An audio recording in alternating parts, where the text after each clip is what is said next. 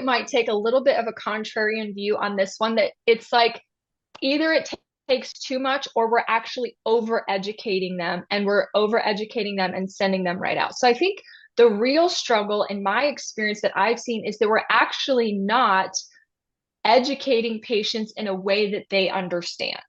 And so we use scientific terms, we use dental terms, we use all of these things that are not familiar at all to patients. And we think if we use our fancy words, it's going to help convince them to do treatment. And so, I remember being a hygienist in the chair and thinking if people just understood perio like I did, they, of course, they would want to do this $1,000 scaling and root planing, and then they'd want to pay extra money for perio trays and do whatever. And so I remember literally remember explaining to people what a gram-negative anaerobe bacteria was. And so I tell hygienists all the time, if gram-negative anaerobe comes out of your mouth, just stop. You've gone way too far. Take a step back. And so it's actually about simplifying things. Mrs. Jones, did you know that you have an infection in your gums? Oh, no, like, oh, yeah. And I have lots of patients, they didn't know they had an infection in their gums. And if left untreated, that's going to lead to bone death and tooth loss. Does that does that concern you?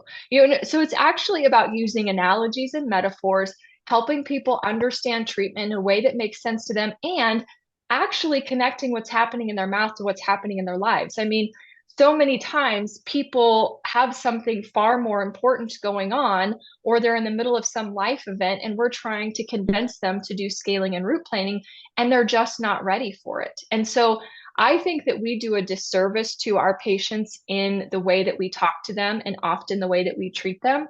I don't think that we respect their choices enough. I don't think that we give them what they want enough.